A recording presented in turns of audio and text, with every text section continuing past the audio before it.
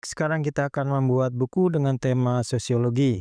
Pertama, silakan isi username-nya berupa email, kemudian password-nya, kemudian kita login.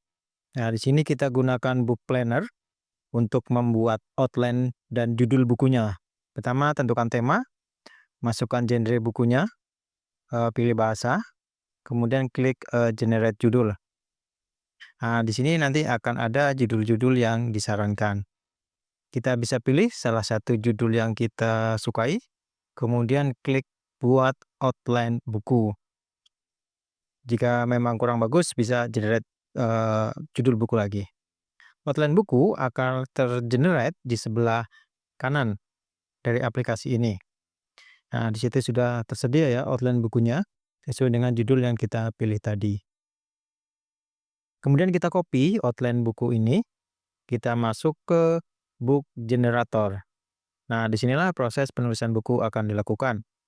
Masukkan outline ke kolom outline buku, kemudian kita cut judulnya, masukkan ke judul buku. Kemudian genrenya seperti biasa kita tulis, genre apa yang ingin kita pakai, kemudian gaya penulisannya juga bisa kita tentukan di sini. Kemudian jumlah kata untuk subbab, kemudian kata pengantar bisa juga kita tentukan atau pakai default yang sudah ada. Jika sudah, klik generate buku. Maka buku akan ditulis secara otomatis oleh aplikasi.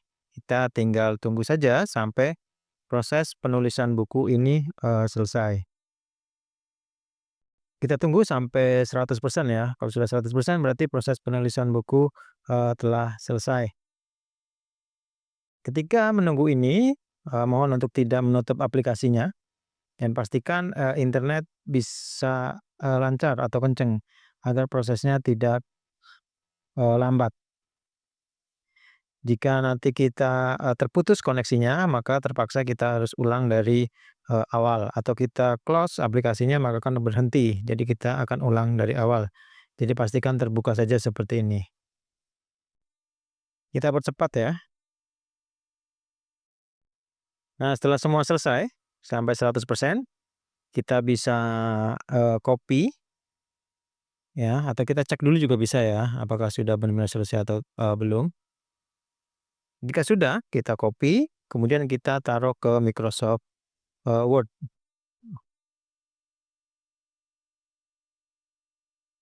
Nah, kita tempel aja langsung di Microsoft Word.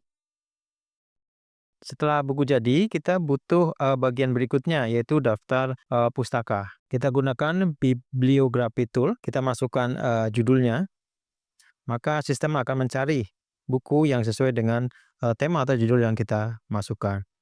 Setelah itu kita generate APA7. Nah, kita bisa cek dulu ya. Setelah dicek, kita bisa klik generate APA7. Kita tunggu sebentar, lihat prosesnya di bawah. Dari judul buku di atas ya, ini bukunya valid ya. Ya, ini bukunya valid karena kita ambil dari Google Buku. Kemudian akan tergenerate menjadi daftar pustaka. Setelah oke, bukunya jadi, daftar pustaka jadi, kita bisa klik salin. Kita taruh di buku tadi ya, di Microsoft Word tadi. Di bagian bawah kita bisa tulis daftar pustaka, kemudian pastikan daftar pustaka ini. Kemudian selanjutnya kita bisa buat lagi jika memang perlu. Misalnya tadi kata kuncinya sosiologi, kita buat lagi misal dengan sosiologi perkotaan sesuai dengan judul buku yang kita buat. Maka akan muncul judul-judul buku yang sesuai dengan tema yang kita ketikkan tadi. Nah, kita bisa cek lagi kalau sudah sesuai. Ya, kita klik generate apa tujuhnya. Setelah muncul, sama seperti tadi, kita bisa copy. Kemudian kita taruh ke daftar pustaka di file Microsoft Word yang sudah kita buat tadi. Kita hapus kata yang tidak perlu ya, kita hapus. Nanti bisa dicek lagi apakah memang sudah sesuai atau belum. Selanjutnya kita akan melakukan formatter ya. Kita rename dulu. Tadi sudah saya rename ya judul bukunya. Setelah itu kita copy, kita taruh ke folder formatter. Ya, formatter ini berfungsi untuk merapikan Microsoft Word yang sudah kita buat tadi. Ya, kita kan copy ke Microsoft Word. Nah, kita ganti nama menjadi input, kemudian kita klik formatternya, maka outputnya ya Microsoft Word itu sudah menjadi rapi ya, sesuai dengan heading 1, heading 2. Ya, walaupun belum 100% rapi tapi sudah terformat dengan heading 1, heading 2-nya. Yaitu sub dan subbabnya. Jadi kita tidak perlu lagi ngedit satu per satu. Nah, kita bisa lihat sampai ke bawah. Selanjutnya, di Microsoft Word, kita bisa rubah layout-nya ya, ukuran buku yang mau kita buat. Sebagai contoh, kita mau buat buku dengan ukuran A5, kemudian margin-nya kita juga tentukan. Saya pakai 2, 2, 2, artinya atas, bawah, kanan, kiri kita gunakan 2 cm. Selanjutnya, kita rubah heading 1 dan heading 2-nya. Ya, kita rubah heading 1, artinya ini adalah untuk babnya. Bab kita mau pakai font apa, ukuran berapa. Sebagai contoh saya pakai Bebas Neue dengan ukuran fontnya yaitu 22. Warnanya kita rubah ya menjadi warna hitam, karena nanti pun akan kita cetak dengan warna hitam putih. Kemudian paragrafnya kita juga atur. Ya, before afternya bisa diatur. Line spacingnya juga bisa kita atur ya, sesuai selera kita. Ya, termasuk untuk first line-nya, apakah mau ada menjorok ke kanan atau tidak. Contoh ya, itu kata pengantarnya sudah berubah menjadi heading 1. Kemudian bab 1, pengantar sosiologi juga sudah berubah menjadi heading 1. Lihat heading 1 masih ada di sebelah kiri. Kita bisa rubah ya di heading 1-nya agar dia ada di tengah. Jadi kita nggak perlu rubah satu-satu, kita rubah heading 1-nya. Maka semua heading 1 atau bab itu akan berubah. Nah, jadi kita hanya perlu rubah di heading-nya saja. Selanjutnya kita rubah untuk heading 2. Kita bisa tentukan font-nya.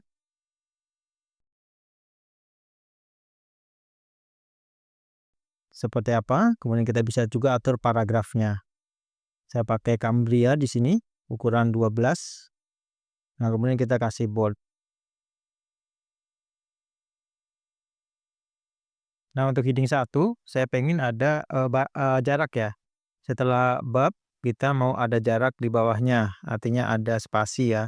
Kita nggak perlu buat manual, kita bisa buat di heading 1-nya, kita buat afternya ya.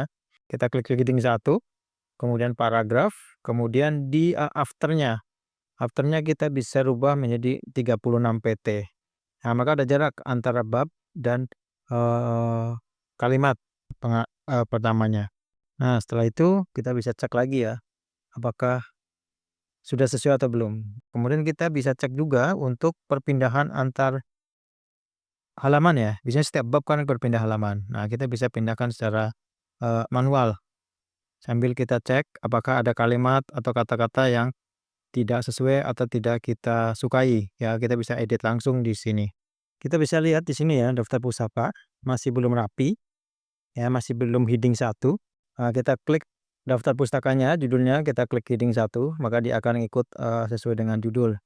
Kemudian untuk penformatan daftar pustaka juga kita mengikuti format daftar pustaka yang sesuai. Ya, kita bisa blok semuanya. Kemudian kita rubah formatnya ya menjadi hanging ya atau menggantung. Nah, jadi menggantung seperti ini. Biasanya heading pustaka kita urutkan berdasarkan abjad. Kita juga bisa sort.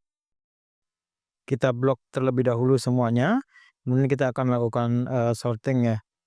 Kita urutkan dari abjad, yaitu huruf A sampai huruf Z sesuai dengan performatan daftar pustaka. Nah, kita sorting, nah maka dia akan urut abjad.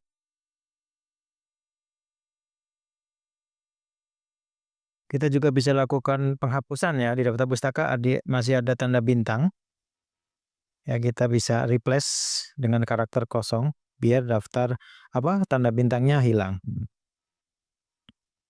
Maka selesai untuk penformatan bab dan daftar pustaka. Kita juga bisa hapus daftar pustaka yang tidak sesuai dengan keinginan kita atau yang double-double. Setelah selesai, kita bisa lanjut ke memasukkan format awal buku yang terdiri di judul, halaman copyright, kata pengantar, daftar isi. Ya, kita bisa copy aja dari format yang sudah ada, jadi menjadi lebih cepat ya, menjadi lebih cepat. Ternyata saya punya template untuk halaman judul dan copyright, kata pengantar maupun daftar isi. Kita gunakan yang sudah ada. Nah, ini misal judulnya dari buku yang lain. Ya, biar cepat saya copy saja. Nah, setelah di copy, kita bisa taruh ke buku yang sedang kita buat. Nah, kita taruh di halaman depannya. Nah, setelah itu kita bisa edit isinya ya, agar menyesuaikan dengan buku yang sedang kita buat.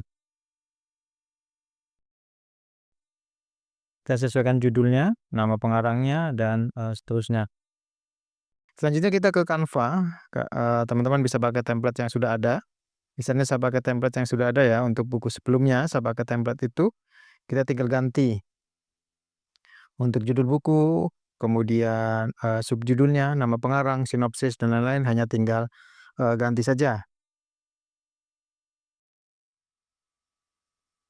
Kemudian kita juga bisa ganti warnanya sesuai dengan yang kita suka. Termasuk kita juga bisa ganti gambar ilustrasinya. Ya, kita bisa pakai Canva saja, di situ ada elemen. Ya, kita bisa cari gambar yang sesuai. Kemudian kita tempel ke buku kita. Dan kita bisa rapikan. Ya, sesuaikan dengan gaya desain kita. Setelah diedit dirasa cukup, kita bisa ekspor ya. Buku cover kita dari Canva kita bisa ekspor. Setelah diekspor, kita buka pakai Microsoft Paint aja biar gampang.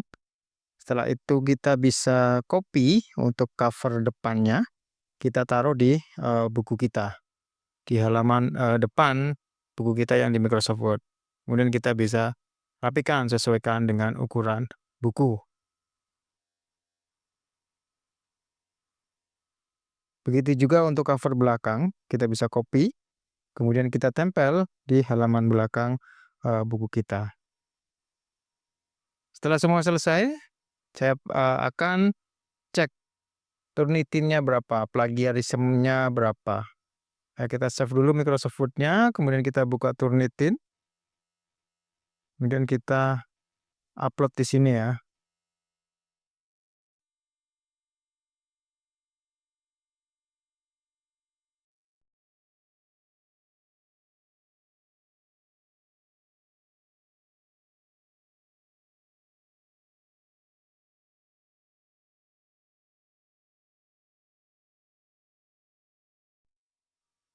Setelah menunggu beberapa saat, ya kita bisa cek di Turnitinnya.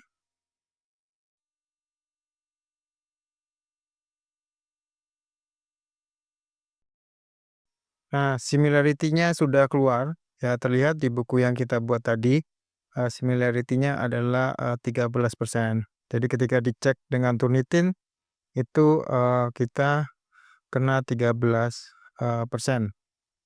Kita bisa buka Turnitin-nya, kita bisa lihat sumber-sumber mana yang terindikasi sama atau mirip dengan kita. Ya, sebagian besar berasal dari internet, ya. Tapi per internet hanya 1% bahkan kurang. Nah, saya kira cukup itu. Ya, buku kita ternyata terdeteksi plagiarisme hanya 13%. Biasanya untuk buku akademis, tergantung kampusnya ya. Memang rata-rata Turnitin itu mereka maksimalnya di angka 25%. Kita 13%, sesuai cek tadi, saya kira masih aman. Saya kira itu, kita sampai ketemu di video berikutnya untuk mencoba membuat buku menggunakan aplikasi EA Book Writer. Terima kasih semua.